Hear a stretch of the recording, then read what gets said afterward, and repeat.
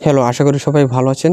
দেখলাম ইরফান সাজ্জাদ অভিনীত গিরগিটি ওয়েব সিরিজ। এটা মূলত লস্কর নিয়াজের পরিচালিত একটি প্রথম ওয়েব সিরিজ। এর আগে লস্কর নিয়াজ যদি জানতে নামক একটি শর্ট ফিল্ম তৈরি করেছিলেন চরকির জন্য। লস্কর নিয়াজের এটা প্রথম কাজ, কিন্তু কোনো পরিচালকের জন্য প্রথম সেকেন্ড এগুলো কোনো বিষয় না। বিষয় হচ্ছে সেই কাজের প্রতি মানুষের যত্ন আছে কিনা।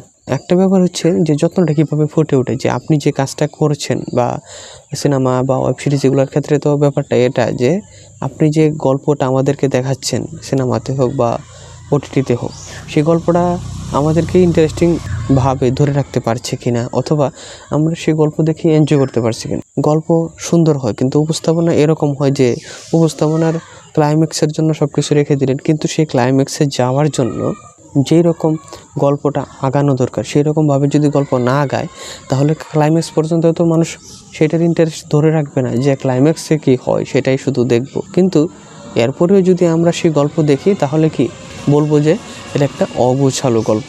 এরকম গল্প আমরা কিন্তু আগেও দেখেছি, যেমন হচ্ছে যে এশা মার্ডার, যেখানে আজমেরি হক বাঁধন লিড চরিত্রে অভিনয় করেছে। সেই এশা মার্ডার কিন্তু যে গল্পটা আমাদেরকে দেখায় সেটা একটা দুর্দান্ত থ্রিলার গল্প হতে পারতো, কিন্তু সেখানে উপস্থাপনা বাজে হওয়ার কারণে এর একটা দুর্বল সিনেমা হিসেবে রয়ে গেল। তেমনি এই ওয়েব সিরিজটাতে যে মানুষের রূপ পাল্টে ফেলা, ভালো মন্দের যে তফাৎ, এই ব্যাপারগুলো দেখিয়েছে, কিন্তু সেটার উপস্থাপনা ভালো হয়নি। কেননা ভালো হয়নি? কারণ এটার সব ক্লাইম্যাক্স রেখে দিয়েছে গল্পের শেষের জন্য, আর গল্পের শেষের জন্য সবগুলা ক্লাইম্যাক্স দেখা থেকে গল্পগুলা লজিক্যাল হয় নাই।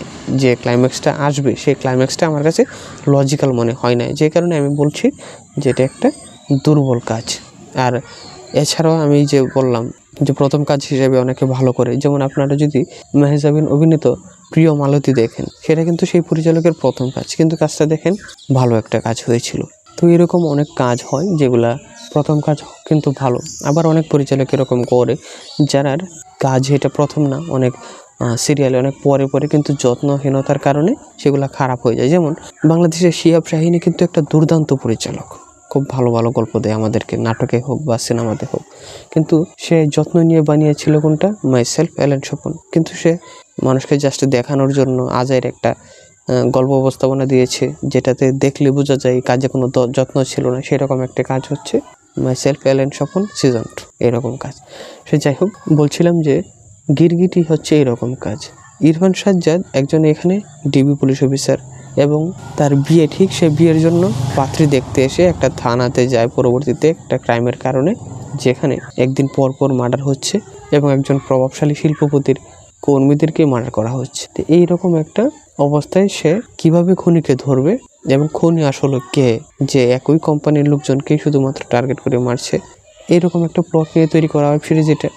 তো এইখানে যেটা শুরু হয়েছিল সুন্দর সুন্দর ডায়লগ দিয়ে, এবং এখানে মিলন ভট্টাচার্যকে একজন সাপোর্টিং পুলিশ অফিসার হিসেবে বিভিন্নভাবে কাজে লাগানো যেত গল্পে, কিন্তু পরিচালক এই কোনোটাই ঠিকঠাক করতে পারেনি, যে কারণে দেখিয়েছে যে পুলিশকে এলোপাতাড়ি দৌড়াদৌড়ি করেছে, এবং সে কী কারণে এরকম দৌড়াদৌড়ি করছে এগুলোর আসলে কোনো লজিক নেই।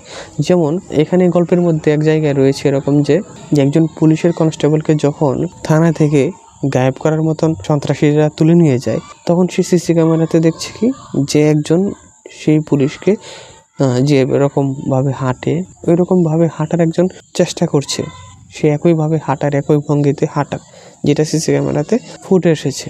কিন্তু এর আগে তো প্রেক্ষাপট দেখানো দরকার ছিল যে কেউ একজন তাকে ফলো করছে, যাতে তার পরবর্তীতে থানাতে আক্রমণ করার জন্য বা থানা থেকে পুলিশ তুলে নিয়ে যাওয়ার জন্য এরকমভাবে হাঁটবে বা তার মতন কার্যকলাপ দেখাবে। তার আগেও কোনো কার্যকলাপ নাই, তার পরেও কোনো কার্যকলাপ নাই, যেটার আসলে লজিক সাইডটা খুবই দুর্বল। তো ওয়েব সিরিজটা যেরকম অগোছালো, তো আমি ওই রকমভাবে ওই অগোছালোভাবে এটার ব্যাপারে কথা বলে দিলাম, পয়েন্ট আকারে না বলে এভাবে বলে দিলাম। আর এছাড়া বলবো যে কাজটা আসলে খুবই দুর্বল কাজ হয়েছে, সেটা আরও ভালোভাবে করতে পারতো। তবে পরিচালক চেষ্টা করেছেন যে আমাদেরকে একটা ভালো থ্রিল গল্প দিতে, যেটা আসলে দিতে পারেনি। আর একটা ব্যাপার হচ্ছে যে পরিচালক এখানে একটা মেসেজ দিতে চেয়েছেন যে আমাদের সমাজে যেসব লোকজন রয়েছে তাদের কিন্তু চেহারা দুই রকমের, একটা হচ্ছে ভালো সাইড, একটা মন্দ সাইড, এবং তারা কিন্তু তাদের পরিবেশ অনুযায়ী গিরগিটি যেরকম রং পাল্টে ফেলে, মানুষও তার চেহারা বা মুখোশ পাল্টে ফেলে। মেসেজ দিতে চেয়েছেন আমাদের কাছে। এই ছিল আমার কথা। আর যারা ইতিমধ্যে গিরগিটি দেখে ফেলেছেন তাদের কেমন লাগলো সেটা আমাদেরকে জানান। আর যারা এখনও দেখেনি তারা দেখতেও পারেন, নাও পারেন, আর দেখলে একবার দেখার মতন একটা ওয়েব সিরিজ। এই ছিল আমার কথা। আর আমার সাথে আপনারা যদি এগ্রি করেন বা ডিসএগ্রি করেন সেটা আমাদের কমেন্টে জানাতে পারেন। এবং আর সিনেমা নিয়ে নতুন নতুন তথ্য পেতে, আপডেট পেতে এবং রিভিউ পেতে আমাদের সাথে থাকুন। আজকে তাহলে এ পর্যন্তই। সবাইকে ধন্যবাদ।